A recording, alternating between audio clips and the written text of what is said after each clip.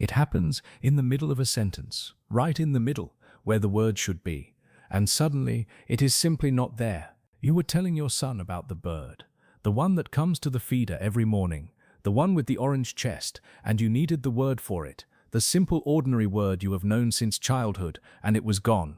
Not on the tip of your tongue, not almost there, not retrievable with a moment's patience, just gone, as if it had never existed at all. Your son waited, patient, kind, the way children learn to wait when they start to notice things, and that waiting was somehow worse than if he had simply looked away. "Robin," he said quietly, after a moment, and you laughed, and he laughed, and you moved on, but something in you did not move on. You kept talking, kept smiling, kept being present in the room, but a small and very alert part of you had stepped back from the conversation entirely and was watching, cataloguing, trying to decide what it meant. You decided it meant nothing, the way you always decided at first, but the decision required more effort than it used to. Something in you sat very still and took note and quietly started counting. You thought about how long you had been dismissing these moments, telling yourself it was tiredness or distraction or simply the ordinary business of a busy mind. But tiredness did not explain the Robin, and distraction did not explain the way the word had simply not been there at all, not hidden, not slow, just absent. Because it was not the first time, it was just the first time someone else had been there to see it. You started noticing it everywhere after that, the way you notice a crack in a wall once you have seen it the first time. The name of your neighbor's wife, a woman you have known for 14 years, gone for a full 30 seconds before it came back. The word for the thing you used to open a bottle, a simple tool, in the kitchen drawer for 30 years, gone for an entire uncomfortable minute. The name of the movie, the one you watched with your wife every Christmas for 20 years, the one you loved, surfacing only hours later, in the shower, when you no longer needed it. You started pausing before you spoke, a half-second delay, a quick internal check, a silent rehearsal to make sure the words were there before you committed to the sentence. It was like learning to walk on ice, each step placed with a deliberateness that looked, from the outside, perfectly normal, but cost something on the inside that the outside could not see.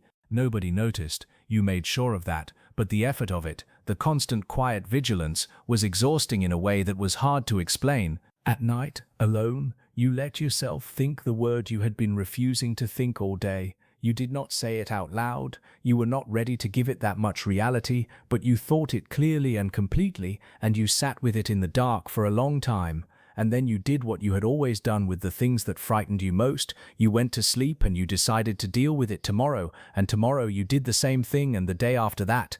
The moment that broke everything open was so small that it almost did not register, and that was exactly what made it unbearable. Your granddaughter, 6 years old, gap-toothed, completely certain of her place in your heart, ran into the room and looked up at you with those wide, expectant eyes, and for 3 seconds, 3 full, terrible seconds, you could not find her name. Her name, the name you chose, the name you have said 10,000 times, the name that means more to you than most words in the language, simply was not there. It came back, of course it came back. Lily, it was always Lily, but in those 3 seconds, something had shifted permanently inside you.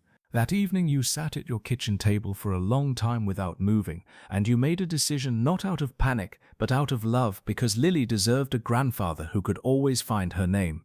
You sat there until the kitchen went dark around you, and the decision settled into something solid, not a plan yet, not a solution, but a direction, and for now a direction was enough. You were done waiting for it to get better on its own, and you were done pretending it was nothing, and those 2 decisions made quietly in the dark were the most important ones you had made in years. You went to your doctor the following week, not the specialist, not the neurologist you had been quietly dreading, just your own doctor, the one who has known you long enough to tell the difference between fear and fact. You told him everything, the Robin, the corkscrew, the movie title, the 3 seconds with Lily, and you watched his face the entire time, reading it the way you read faces when the answer matters. His face showed something that took you a moment to recognize, not alarm, not the careful, neutral expression of someone preparing bad news, but recognition, the look of a man who has heard this story many times before. He explained that what you were experiencing had a name, age-related cognitive slowing, and that it was not the same thing as dementia, not a precursor to dementia, not evidence of anything irreversible. He told you that the brain after 65, like any complex system that has worked hard for a long time, processes certain things more slowly, but that slowness is not loss, and loss is not inevitable, and the brain retains a capacity for growth and adaptation that most people severely underestimate. He told you that the single most powerful thing you could do for your brain was not a supplement or a puzzle book. It was sleep, movement, and genuine human connection, in that order, every single day. He said your brain is not failing you. It is asking you for things it has not been getting enough of, and that is a very different problem with a very different solution. That evening you went home and you did 3 things differently, and you kept doing them every day with the same quiet faithfulness you had once given to work and to family. You slept properly, with the screens off and the room dark, and the same 30-minute wind down that had once felt like a luxury and now felt like medicine. You walked every morning, the same neighborhood, the same 20 minutes, but this time you left the headphones out and let your mind wander freely rather than filling it, because a wandering mind, your doctor had told you, is a consolidating mind. And you called people, your old friend Raymond, your sister in Phoenix, your neighbor Harold, not because you needed anything, but because your doctor had been clear. The brain lights up in the presence of another person in ways nothing else can replicate. The changes came slowly, slowly enough that you might have missed them if you had not been paying attention. But you were paying attention because Lily had given you a reason to.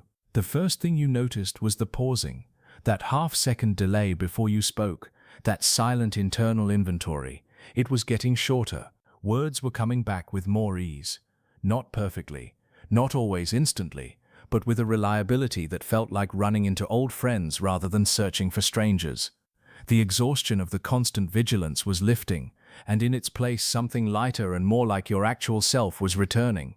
You started doing the crossword again, the one you had quietly stopped because the blanks had started to feel like accusations, and now the blanks were just blanks, puzzles to be solved rather than evidence of anything. You started volunteering your words again instead of waiting to be asked, joining conversations instead of monitoring them from a careful distance. You told a story at dinner one evening, a long one, with details, with the name of every person in it, with the exact year and the exact place, and you told it without stopping once, without the pause, without the fear. Your son caught your eye across the table, and he smiled, the particular smile of someone who has noticed something and is quietly glad, and you understood each other completely without saying a word. 3 months after the robin, Lily climbed into your lap on a Sunday afternoon and asked you to tell her a story, a made-up one, from your head with a princess and a dog and something funny at the end. And you told her one, a long one, a good one, with names and places and a plot that went somewhere, and you made it up as you went, word by word, without hesitation, without fear, without the half-second pause that had once made every sentence feel like a small gamble. Lily laughed at the ending, the real laugh, the one that takes over her whole small body, and she said, "Grandpa, tell it again." And you did. You told it again, slightly differently, with a new detail and a better ending, because you could, because the words were there, because your mind was there, because you were there. And if you are sitting somewhere right now, replaying a moment where the word did not come, turning it over, adding it to your private count, letting it frighten you a little more each time, I want you to hear something. Your brain is not leaving you. It is waiting for you to come back to it. Sleep, move, connect. 3 things every day, and give it time, because the brain, like everything worth trusting, does its best work quietly and without announcement. The words will come back, and when they do, use them to tell someone a story, because that is what they were always for.